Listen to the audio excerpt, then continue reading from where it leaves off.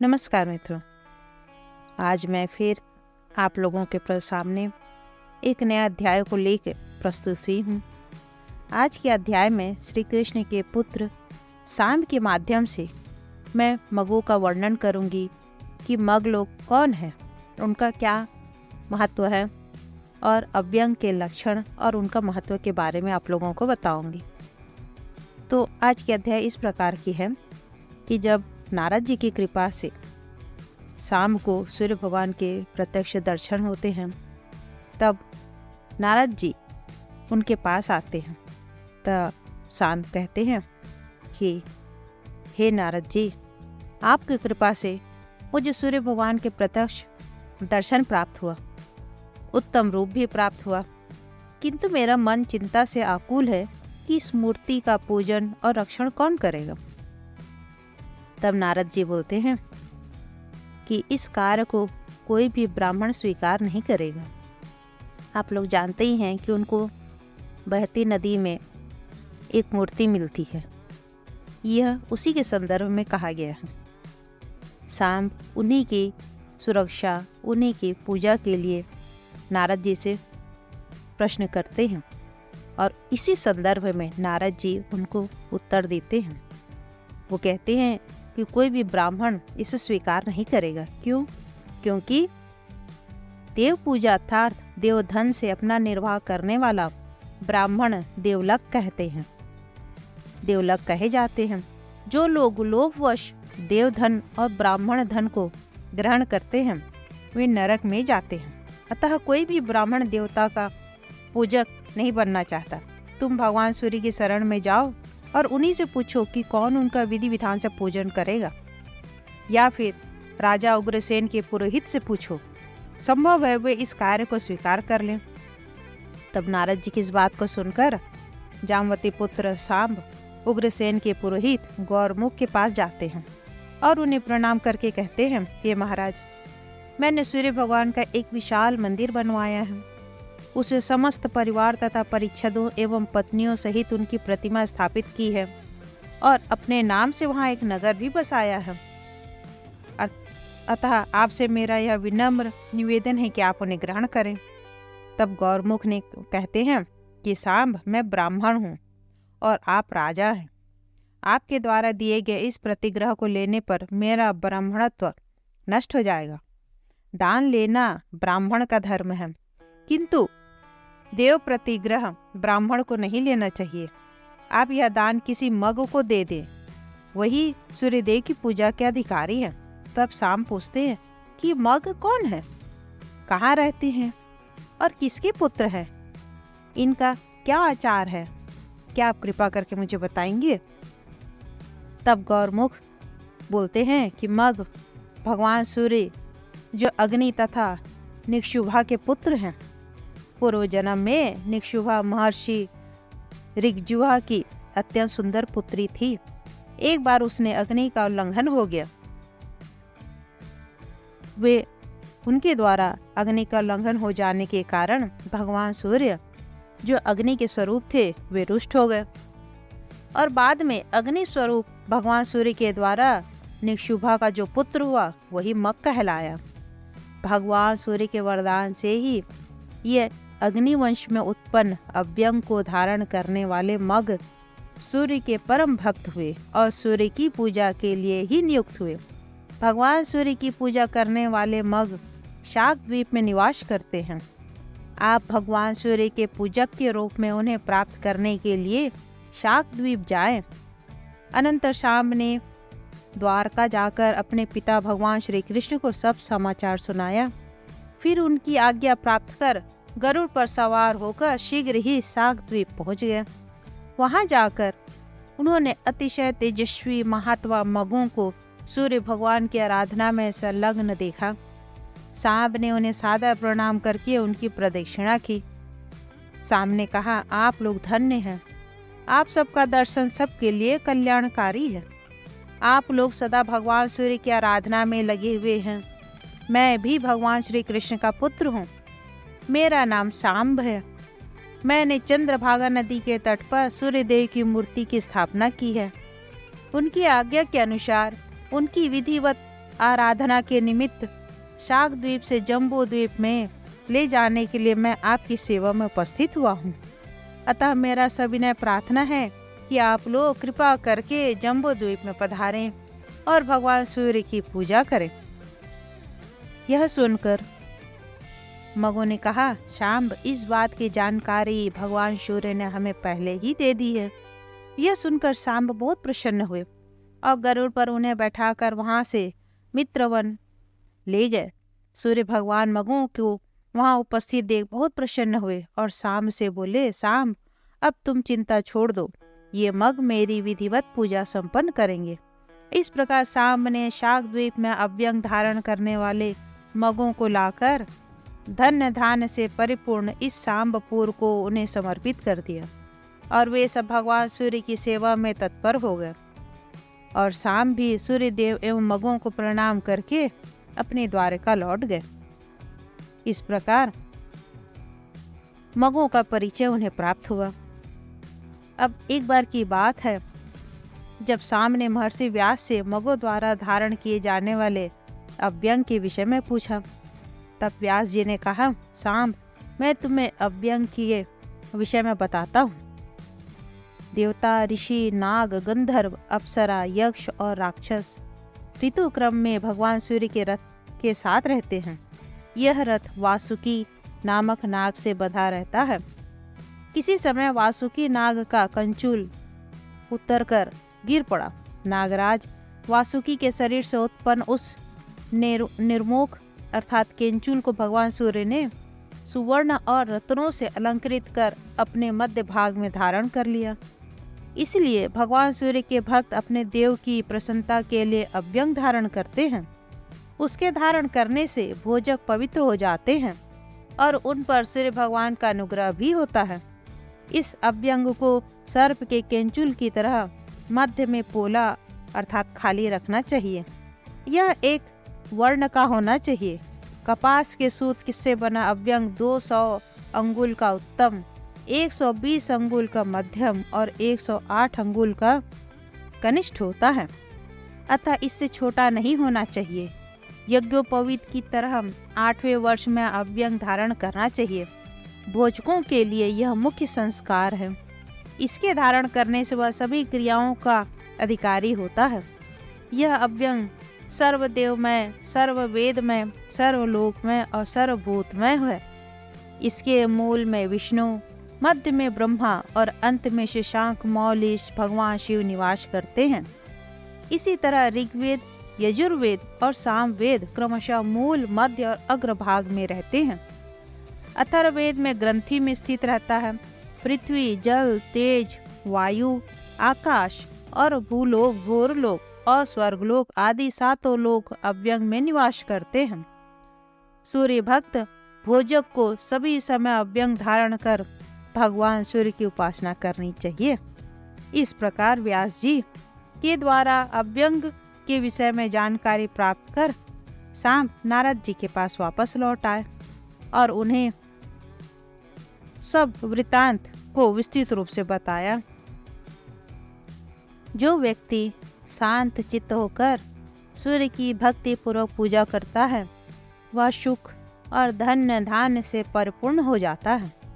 प्रातः, मध्याह्न और सायं त्रिकाल अथवा एक ही समय सूर्य की उपासना अवश्य करनी चाहिए। जो व्यक्ति सूर्य नारायण का भक्ति पूर्वक अर्चन, पूजन और स्मरण करते हैं, वह 7 जन्मों में किए गए सभी प्रकार के पापों से मुक्त हो जाता है। जो भगवान सूर्य की सदा स्तुति, प्रार्थना और आराधना करता है, वह प्राकृत मनुष्य न होकर देव स्वरूप ही हो जाता है।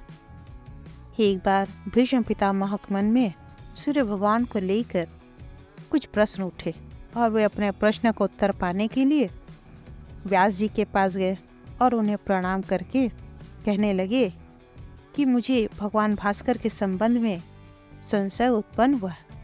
सर्वप्रथम मैं भगवान आदित्य को नमस्कार करने के पश्चात ही अन्य देवताओं को नमस्कार किया जाता है। इसमें क्या कारण है? ये भगवान भास्कर कौन है? कहाँ से उत्पन्न हुए हैं? तब व्यास जी कहते हैं कि आप अवश्य ही किम कर्तव्य विमूढ़ हो गए हैं। इसमें कोई संदेह नहीं है कि भगवान भास्कर की स्तुति, पूजन, अर्चना सभी सिद्ध और ब्रह्मा आदि देवता करते हैं। सभी देवताओं में आदि देव भगवान भास्कर को ही कहा जाता है। ये संसार सागर के अंधकार को दूर कर सब लोगों और दिशाओं को प्रकाशित करते हैं। ये सभी धर्मों में श्रेष्ठ धर्म स्वरूप है। ये पूज्यतम है। ब्रह्मा, विष्णु, शिव आदि सभी देवता आदि देव भगवान आदित्य की ही पूजा करते हैं। आदित्य ही अदिति और कश्यप के पुत्र हैं। ये आदिकर्ता हैं, इसलिए भी आदित्य कहे जाते हैं। भगवान आदित्य ने ही संपूर्ण जगत को उत्पन्न किया है। देवता, असुर, गंधर्व, सर्प, राक्षस, पक्षी आदि तथा इंद्रादि देवता, ब्रह्म, दक्ष, कश्यप सभी के आदि कारण भगवान आदित्य ही हैं। भगवान आदित्य सभी देवताओं में श्रेष्ठ और पूजित हैं। तब भीष्म पितामह ने पूछा, पराशर नंदन महर्षि व्यास जी, यदि भगवान सूर्य नारायण का इतना अधिक प्रभाव है तो प्रातः, मध्याह्न और सायंकाल इन तीनों कालों में राक्षस आदि कैसे इन्हें संत्रस्त करते हैं तथा भगवान आदित्य फिर कैसे चक्रवत घूमते रहते हैं?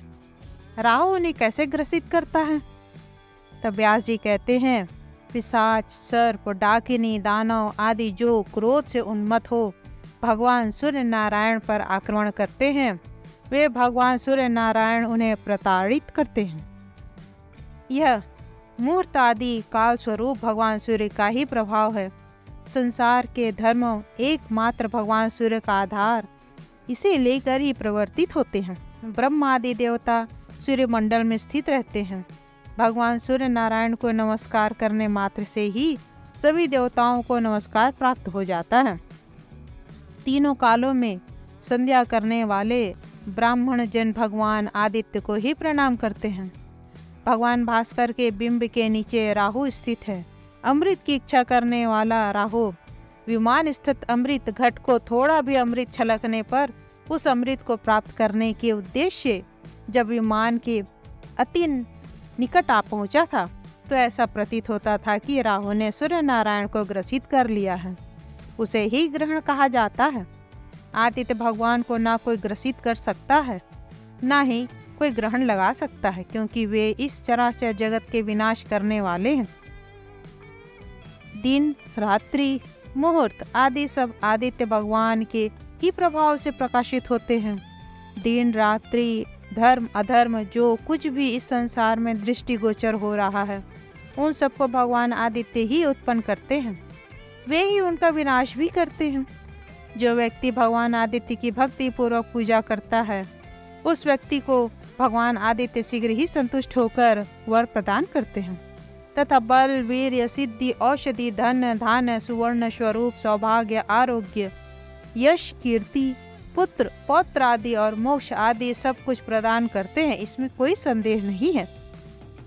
इसीलिए कहते हैं भगवान सूर्य के उत्तरायण तथा दक्षिणायन होने पर उपवास रखकर जो व्यक्ति उनकी पूजा करता है उन्हें अश्वमेध यज्ञ करने का फल, विद्या, कीर्ति और बहुत से पुत्रों की प्राप्ति होती है। चंद्र ग्रहण और सूर्य ग्रहण के समय जो व्यक्ति उपवास रखकर भगवान भास्कर की पूजा अर्चना आदि करते हैं वे ब्रह्मलोक को प्राप्त होते हैं। पुत्र चाहने वाला पुत्र और धन चाहने वाले को धन प्राप्त होता है। कन्यार्थी को कन्या और वेदार्थी को वेद प्राप्त हो जाता है। जो व्यक्ति निष्काम भाव से भगवान सूर्य की पूजा करता है उसे मोक्ष की प्राप्ति होती है। सूर्य के समान ना तो कोई माता है और ना ही कोई पिता, तो ना कोई ही गुरु ही है। सूर्य के समान ना तो कोई तीर्थ है और ना ही उसके समान कोई पवित्र ही है। समस्त लोकों, देवताओं तथा पितरों में एक भगवान सूर्य ही व्याप्त है। उनका ही स्तवन, अर्चन तथा पूजन करने से परम गति की प्राप्ति होती है। जो व्यक्ति भक्ति पूर्वक सूर्य नारायण की आराधना करता है वह इस भव सागर को पार कर जाता है।